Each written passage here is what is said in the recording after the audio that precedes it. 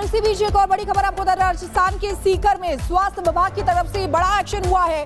प्रतिबंधित दवा लिखने पर यह एक्शन किया गया है। डॉक्टर और फार्मासिस्ट सस्पेंड किए गए हैं। हेल्थ डिपार्टमेंट ने यह एडवाइजरी जारी की है। तो देखिए अब ये मामला बढ़ता जा रहा है। अब राजस्थान के सीकर में स्वास्थ्य विभाग की तरफ से एक्शन लिया गया है। जो प्रतिबंधित दवाएं होती है वो प्रिस्क्रिप्शन में लिखी गई थी, जिसके बाद ये बड़ा एक्शन लिया गया है। जो डॉक्टर ने लिखी थी और फार्मासिस्ट दोनों को ही सस्पेंड कर दिया गया है।